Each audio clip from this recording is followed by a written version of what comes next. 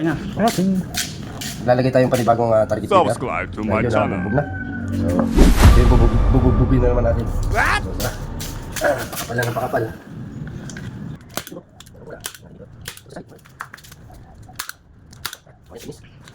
Ay, dumi. Yung guys, ando na yung ating target paper. Around 20 o 23 meters. Ito yung ating unit. Ayan. So, mayroon tayong itatry ngayon na bagong patukan natin. So, tara, let's go. Baka tumugma sa barrel natin. So, yan, starting na tayo.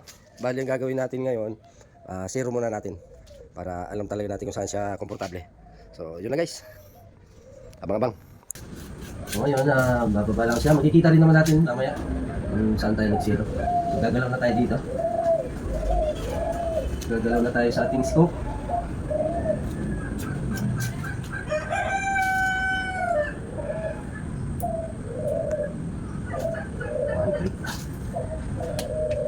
Try ulit. Ano naman?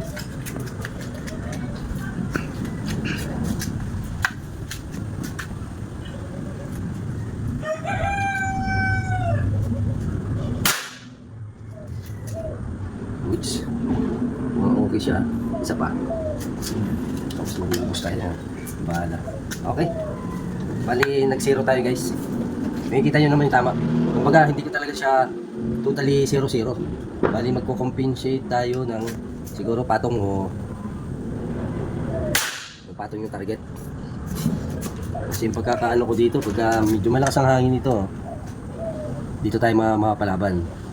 So, yung area natin, walang hangin. Yan, medyo maganda, yung patama. Yun, know? So, very good naman talaga eh. So, pasok na tayo. Papasok ko na dito guys, sa target paper natin. Starting tayo sa number 1. Iskiliran na natin yan. Tingnan natin kung talagang okay. At hindi na tayo mag-tuning dito sa ating velocity. So, start tayo. Pasok na tayo. Bilahin na natin yung ano na yun. Isang, ilan ba yan? 30. 130. 20. There. Tapos sa yung isang kanto na yun. So, start tayo, number 1. Medyo lumihin siya, ng konti bumaba ng kanan. Pero pasok. Tuning na lang siguro ang kulang talaga dito. Pasok. Hit. Yun na. Sana ganun siya tatag sa hangin.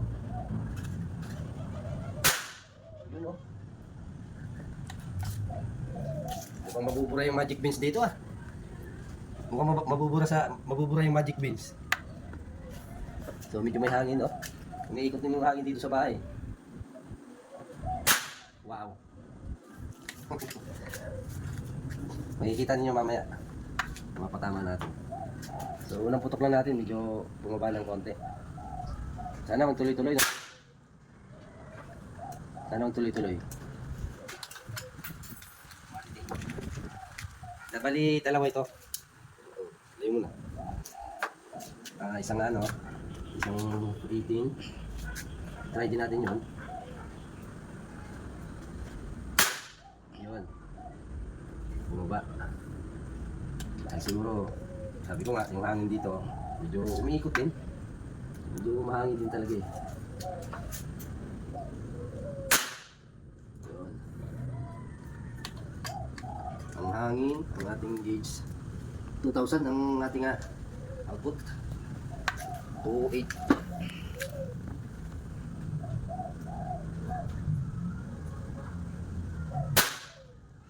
Wow.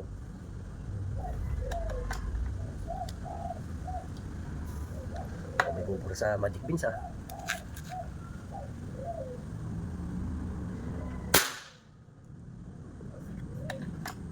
Kumanan. Magalaw yung pan. Hindi masyadong mabaan Gumalaw yung lamesa. Yun Bali isang hilera na lang yung titirahin natin. Yan, medyo bumaba.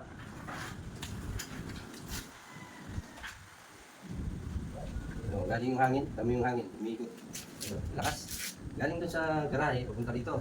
So, hindi pa rin talaga mabawasan na may hangin. Tapos dito naman sa likod ko, papunta naman doon, sa bili ko. Pagdating ko sa may dulo. Ano? Sa hangin. Yun, bumaba.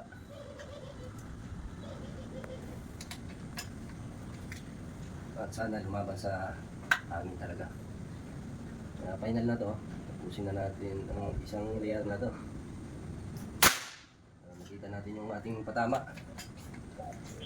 Pwede na ba talaga siya? O pang tuning. So tuning lang natin to. Para makita yung performance. Okay.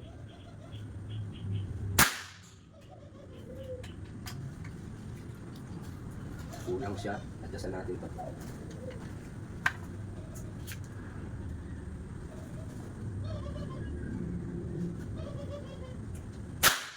Uy, may lumabas.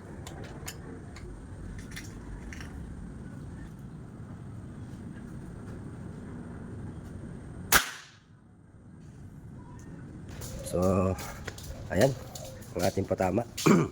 Bali, ganyan, no? Lakas ng hangin dito. Gumaganon yung hangin papunta rito. And then, papunta roon sa target ano natin. So, okay naman. Ganda nga ang tama. Bali, nag-zero tayo. Isang click lang. One click. Yan, umausok-usok pa.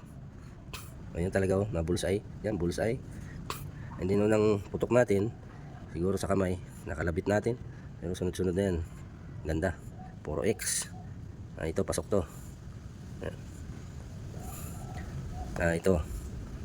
Medyo alanganin. Pasok. Pasok. Pasok. Pasok. Pasok. Pasok. Dito lang. At saka ito. Down 4. Ay, down 3. O down 2. Mukhang down 2 lang eh. Oo, down 2 nga. So yun yung bago nating ano, patuka. So tuning na lang siguro para maging compatible siya o komportable. Medyo tasan kaya natin ng power. Kasi minsan bababa siya, ibig sabihin kulang sa power. So yun lang guys. Kaya ikutan natin para medyo tumas o lumakas yung power. So tara. Adjust natin ng isa. Isa na ba yun? Ito yata yung isa eh. Yan. Hindi, half lang muna. Yan yung half.